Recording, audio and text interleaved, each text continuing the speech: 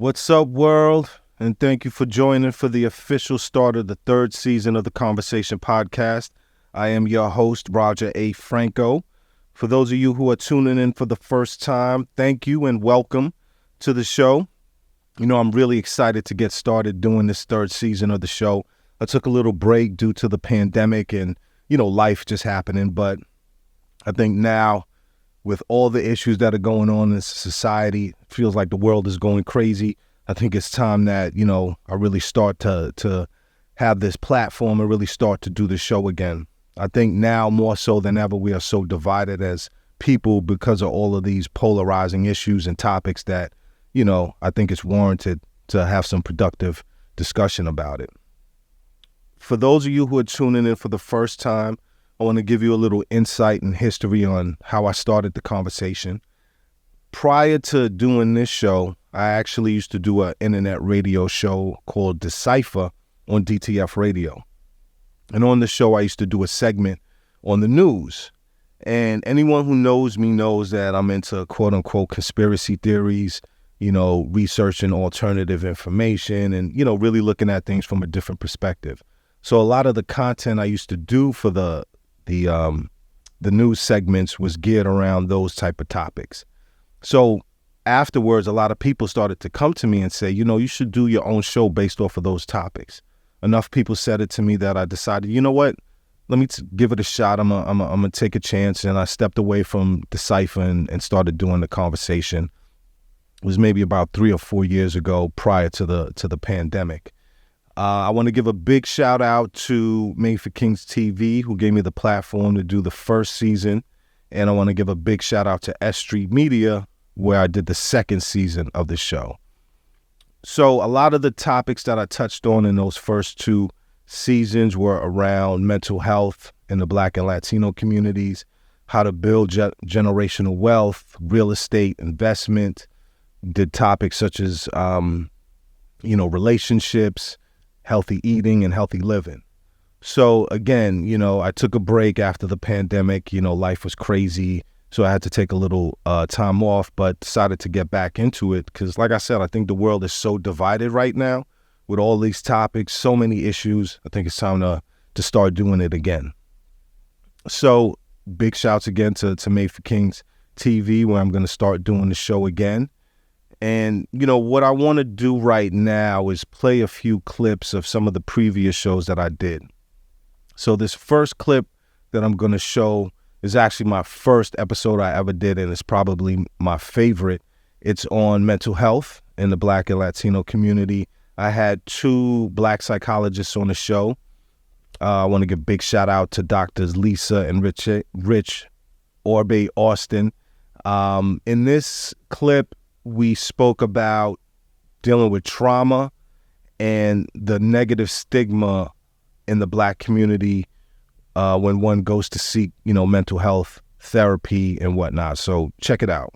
So, when we talk about this issue of trauma, right, we go way, way back, right? And we talk about, slavery and the vestiges of that and how, generation after generation lives with that trauma, right? And so we're all impacted by it in a particular way. And sometimes we don't know what to do with it, right? And so we kind of repress it. We kind of deal with it in unhealthy ways, whether it's drinking, whether it's other things, drug use.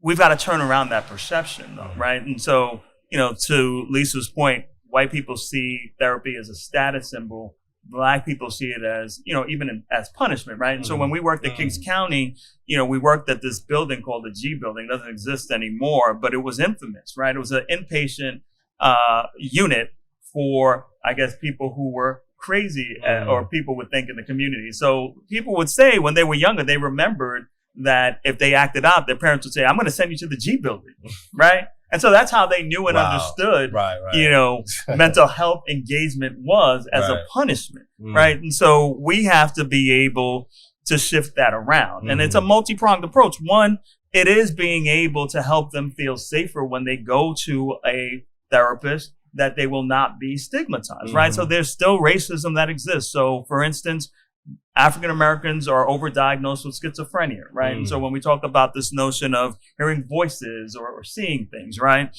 They're underdiagnosed though with mood disorders. So sometimes there's really much more an issue related to something like depression or anxiety.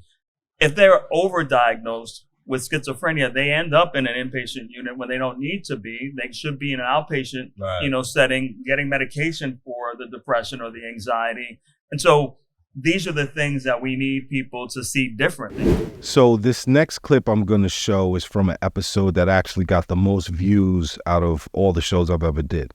The topic was on polyamorous relationships, and that's a relationship with more than two people in it. And the way I came up with the idea, I actually ran into a friend of mine. His name is Charlie Rock. I actually met him and became friends with him through doing the Cypher show at DTF Radio. And I bumped into him on the train one day, and we started talking about his relationship. And, he was really speaking to me about a lot of the challenges and how difficult it was to have that type of relationship. Now, when you speak to most men, they'd be like, hell yeah, I'd want to have that type of relationship. But I think the discussion with Charlie gave a really different perspective. So on the show, we had his two girlfriends, Andrea and Maria. And the question I asked him in this particular clip was, how does he split his time equally between both of them where they're both satisfied? So check this clip out, polyamorous relationships. One of the questions that a female viewer wanted me to ask of Charlie was, how can you equally give yourself to each of them, allowing for a harmonious relationship? To be honest, for me in the beginning, like to doing this, I never looked at this like this is something that I want to go do this. It was just something that kind of happened. I started to realize like I'm into girls, I like girls, but why not have best of both worlds and have two women that's into each other and actually love each other.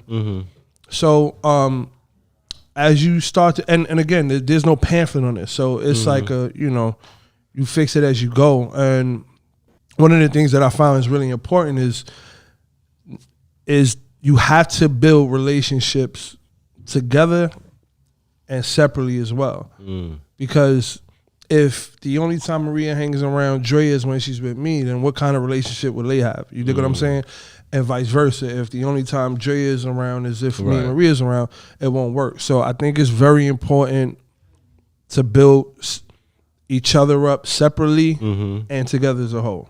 So as much time as we spend together, we spend apart. Like there's days I'll be with Dre alone, there's days I'm with Maria alone, there's days they're together, and I'm either working or in the studio getting busy. So right. Okay. So, and would this be considered an open relationship?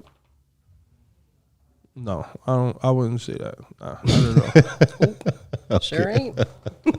Sure ain't. So, as I mentioned, that actual episode got the most views out of all shows I've ever done. So I'm going to do a lot more shows on relationships and, coming from a different perspective, something that's not the norm or usual. I want to give a big shout to Charlie, Maria, and Andrea for, giving us insight into their personal lives. It was a great discussion to have. Oh, by the way, people ask me if I'm going to still wear the suits and whatnot during the show. No, I'm not going to do that anymore. It's going to be a lot, a little bit more informal, but it's all about the information, not so much about what I'm wearing. So no suits. So this next clip I'm going to show is from an episode I did on healthy eating and healthy living. I had a vegan chef who goes by the name of Born True, and we talked a little bit about, eating healthy, how it impacts you mentally, physically, and just your overall well-being. So check this clip out. Wake up in the morning, key lime lemons. When you do key lime, they have seeds in it. So you do key lime with warm water. That's very good for your body. I do that every morning. And then from 7-Eleven, then you might do a meal after that, and then you'll eat a meal before the sun comes down. Because you don't want to eat a meal at nighttime if you're not going to Wells. Because now you ate a meal, you're sluggish. So now if you lay down at night, when you lay down to sleep, that means your whole body's supposed to rest. So if you get them 3 or 4 times going to the bathroom, that means your kidney not resting. So you have to shut down. At a certain time of the day is over. After I eat my last meal, if I'm hungry during the evening, I eat fruits. Fruits consume water, like cucumbers, watermelon with seeds, anything with seeds. Everything comes from seeds. If it's seedless, it's GMO, it's man-made. We know that. Everything comes from seeds. So you consume fruits. We have fruits that have sugar. That's the natural, purest sugar. So you eat fruits. Fruits is good for you. You eat a kiwi before you go to bed, you sleep like a baby. I guarantee you that. That I hear you. The whole fasting thing, though. Fasting is good for you No, I feel you. because you cleanse your system. Yeah, I guess for me, I just need to get on the discipline. That's all it is. Yeah. It's this, man. And you know, we real. I keep it real. I'm not cutting the chase. You know how we do. We drink. The people see me on my videos in clubs and all that. Alcohol is 8 hours. Okay, so if I go out tonight and drink, the next 3 days I'm not doing nothing. So I'm gonna flush it out. You understand where I'm coming from? It's called discipline. The same way you structure yourself to get up every day and go to work, structure yourself to say, I'm going to get up every day and make sure I eat properly. So that clip was on healthy eating and healthy living. Again, another topic I think we need to speak more about and the impacts it has on us mentally, physically, just our whole outlook on life. So I'm going to do a whole lot more episodes on those type of topics, mental health, relationships. I really want to focus on, issues that are impacting our youth as well, because everything, again, that's going on right now in the world is crazy. And I think we need to have some productive dialogue to be able to support the younger generation coming up. So, the conversation, third season, it's coming, a lot more topics similar to the clips that I showed you. Big up to Made for Kings TV for giving me the platform, and make sure you hit subscribe. Go to madeforkingstv.com and check out everything that's going on there. It's a men's lifestyle brand, so definitely check that out. So once again, thank you everybody for joining me. Stay tuned for more episodes of The Conversation. Once again, I am your host, Roger A. Franco. I will see you next time.